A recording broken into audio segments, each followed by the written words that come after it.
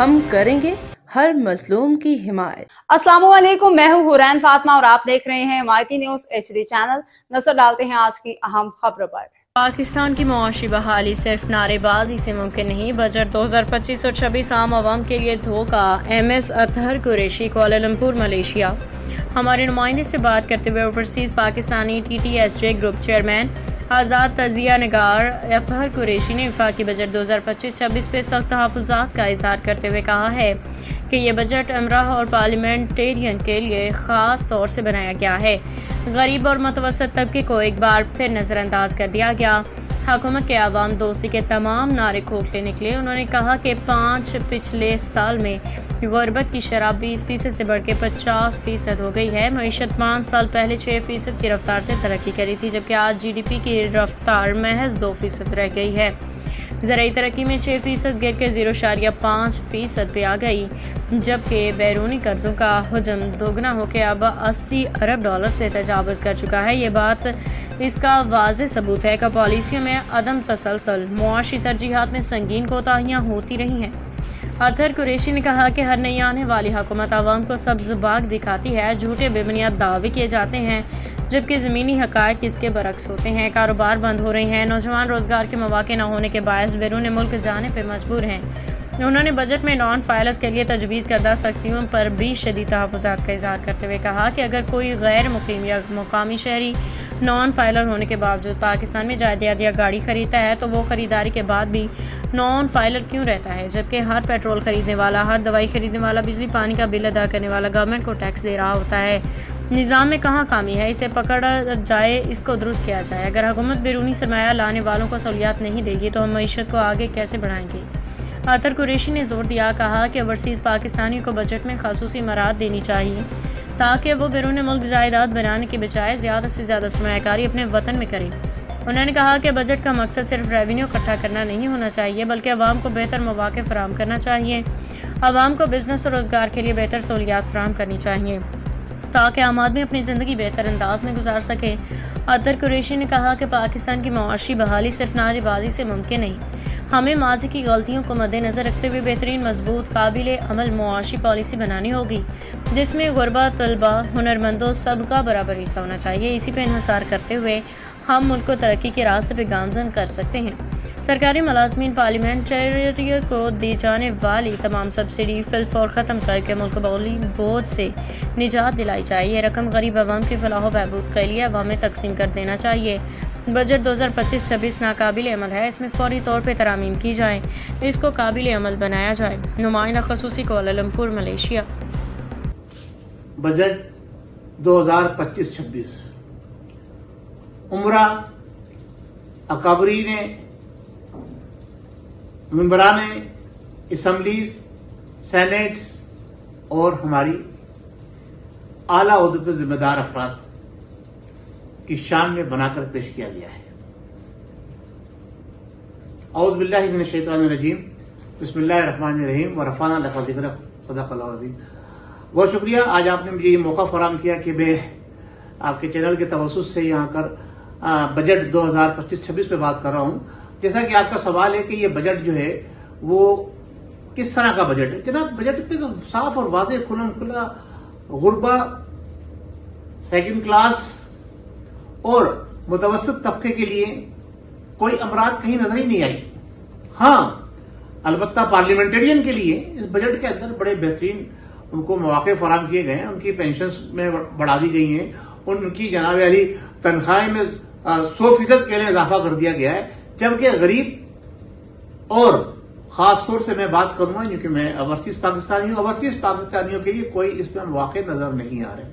ناظرین، ہونا تو یہ چاہیے تھا کہ اب اس وقت جو پاکستان کا مورل بلند ہوا ہے، ہماری حالیہ اداروں کی، عسکری اداروں کی جو محنت اور کوشش کے بعد پاکستان کا گراف جو اوپر جا رہا تھا، تو ہمارا بجٹ ایسا ہونا چاہیے تھا کہ عام عوام کے لیے اس میں سہولیات رکھی جانی چاہیے تھی، لیکن ایسا نہیں ہوا ہے۔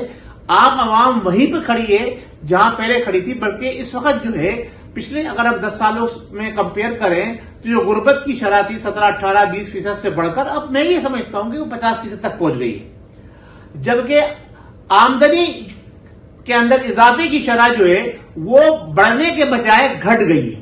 آمدنی کم ہو گئی ہے, اخراجات بڑھ گئے ہیں, مہنگائی بڑھ گئی ہے, سہولیات تو ہے ہی نہیں پاکستان کے اندر.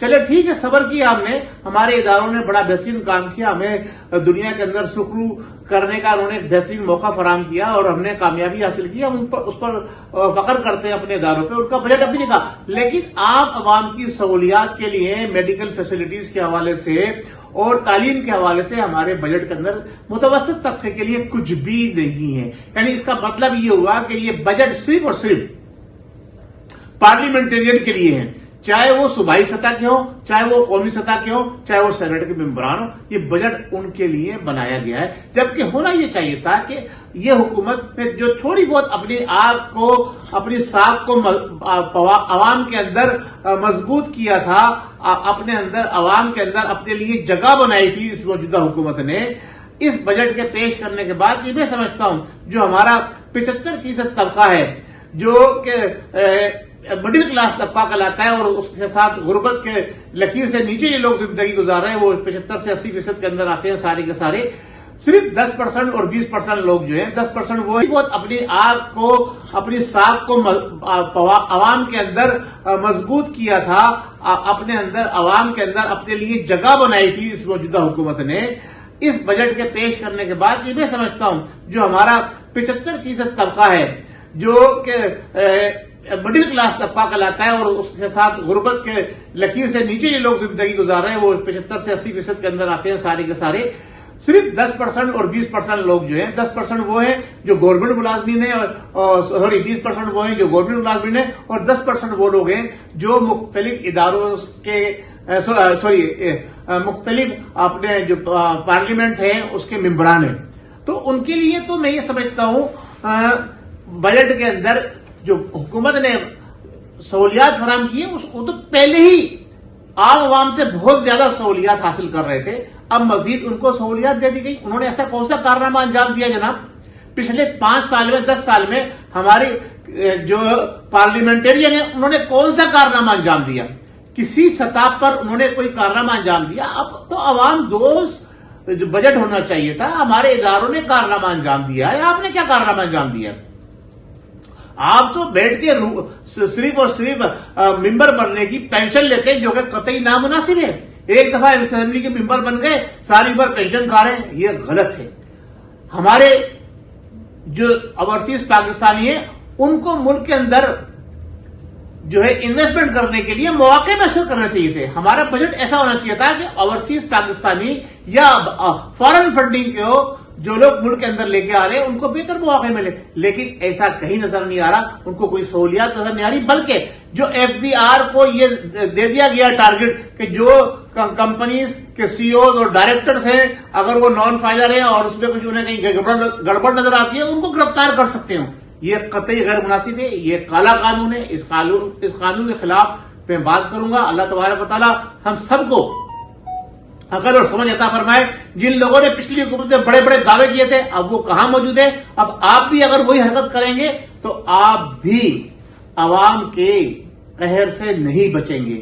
یہ ملک عوام کا ہے اور عوام دوست بجٹ حکومت کو پیش کرنا چاہیے تھا. ہم اس بجٹ کو خاص طور سے اوورسیز پاکستانی بالکل مسترد کرتے ہیں, مکمل مسترد کرتے ہیں. بہت شکریہ آپ کے چینل کا کہ آپ نے مجھے یہ موقع فراہم کیا کہ میں نے بجٹ کے اوپر جو ہے اپنی رائے پیش کی. السلام علیکم ورحمۃ اللہ وبرکاتہ. پاکستان زندہ باد, پاک فوج زندہ باد. باخبر رہیے ہر جگہ ہر وقت, جانیے ملکی و غیر ملکی حالات و واقعات یقین کے ساتھ.